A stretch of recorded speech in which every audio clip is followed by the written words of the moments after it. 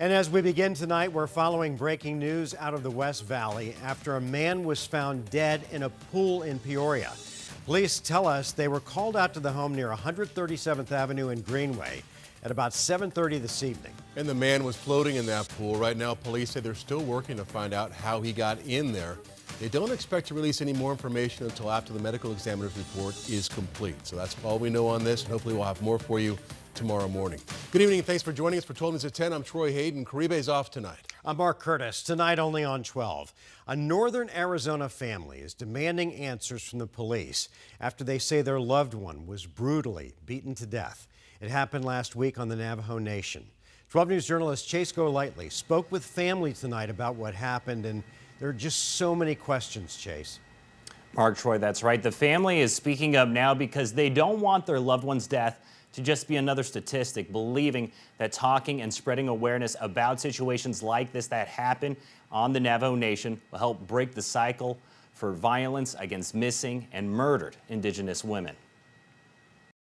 Molly, she was really kind-hearted, very joyful, and just loving. In all the photos of 35-year-old Dominique Nez, or Molly, as family calls her, you'll notice a smile that would light up any room. She was just always smiling.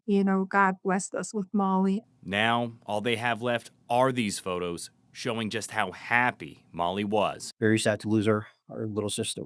It was last week when they were told Molly was fighting for her life, taken from a hospital on the Navajo Nation to one in Albuquerque, New Mexico, because her injuries were that severe. You could see the trauma. When all three arrived, they said she was covered in bruises from her face to her arms and placed on life support. We were informed by the surgeon that there was nothing they could do because of the brain and head trauma that she incurred. There was so much blood around her brain that they couldn't do anything. Ultimately, the family made the incredibly hard decision to take Molly off life support.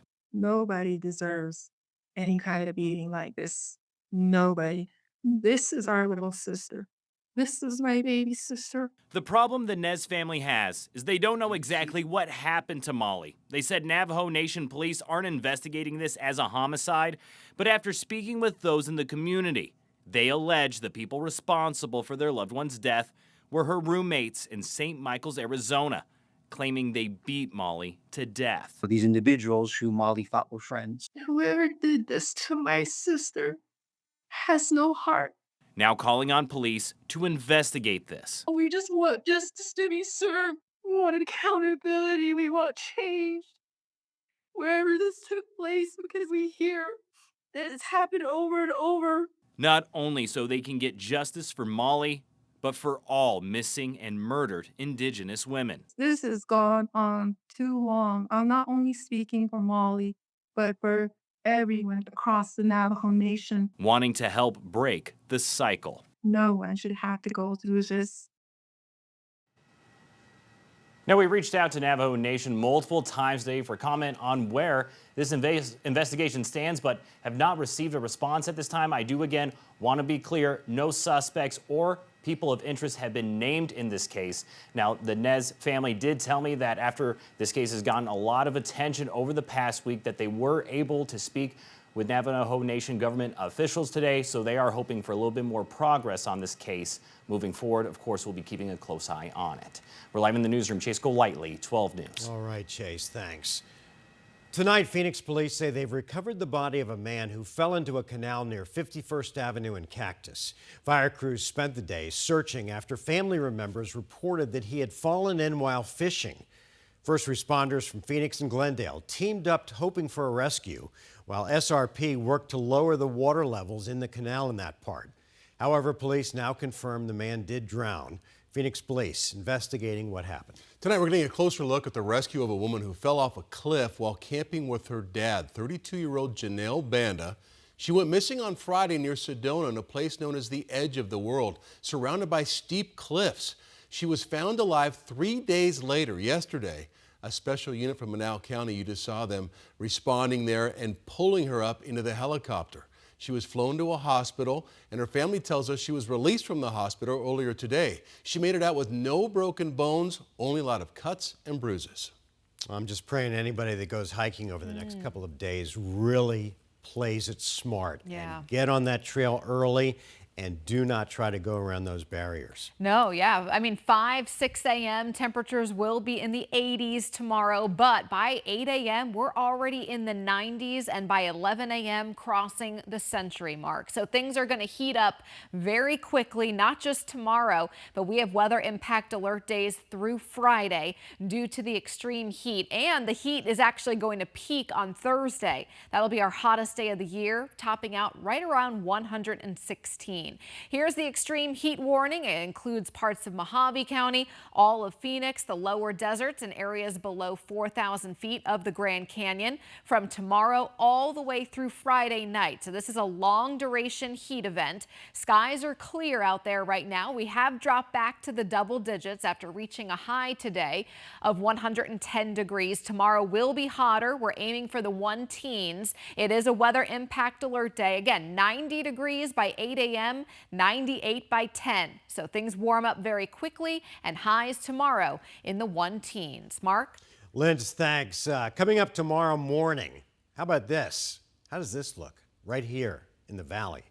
Summer break is here, and if you're looking for something fun to do with your family, the Today in AZ team has you covered. They're talking live with Revel Surf Park about ways that you can hit the waves this summer right here in the desert. Again, that's coming up tomorrow morning on Today in AZ. Wow, those are big waves. I know. That'll be fun. Yeah, you got to tune in for that. For months now, the 12 News I-Team has been reporting on construction nightmares stemming from the installation of fiber optic internet in the East Valley, ranging from damaged and destroyed properties, homes flooded with sewage because of bad and shoddy workmanship.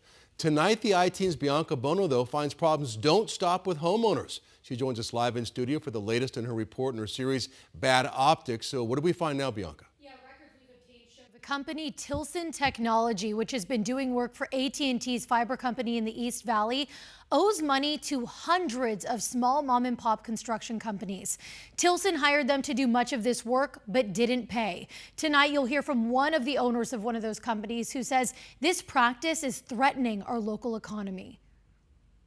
We're a small family-based business. For 25 years, Shelly Kranich has been proudly running her company, Mobile Mix Incorporated, in Arizona. We've been running a concrete slurry and material delivery company since we moved here. Last year, she was contacted by a company installing fiber optic internet in Mesa, and they needed her company's services. And they would do exploration holes to find the lines, and then those holes had to be backfilled. Her company did the work, but when it came time to pay, she said the company, called Dynatech Energy, didn't. How much money did they owe you? About $40,000. As she was trying to collect from them, she got a call from Tilson, another construction company working to install a fiber optic network, this time for AT&T's fiber company called Gigapower. We were a little bit suspicious with Tilson going in, but they seemed to be a large, reputable company that was in many states. There was a pretty big vetting process that we had to go through to become a vendor with them. But what Tilson didn't tell her was that as they were proposing a new contract with Mobile Mix, they had already received multiple complaints from other construction companies alleging they had not been paid. It feels like a slap in the face, the fact that we weren't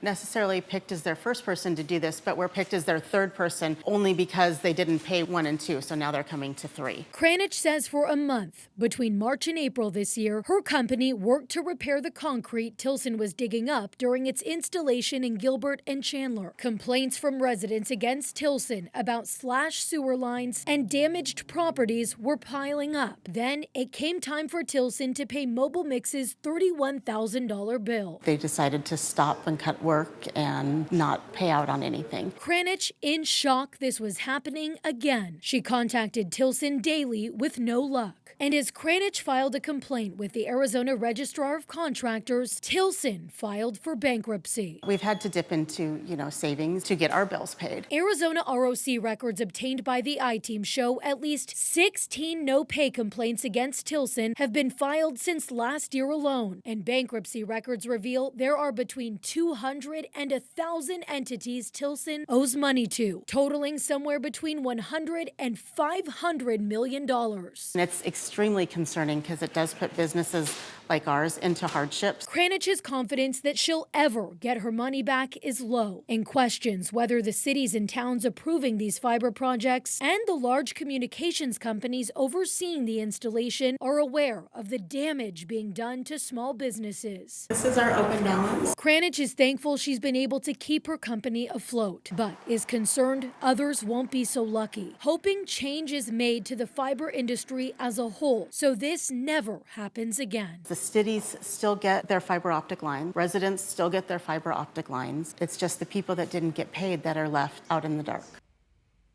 And believe it or not, on top of all of this, the bankruptcy filing, Tilson is also being sued by Gigapower and faces a class action complaint by employees who they say were abruptly terminated last month without proper notice. We obviously still have a lot of questions that we're working to get answers on, so our reporting on this will continue. I should note that Tilson did not respond to my request for comment. We're live in studio, Bianca Bono, 12 News.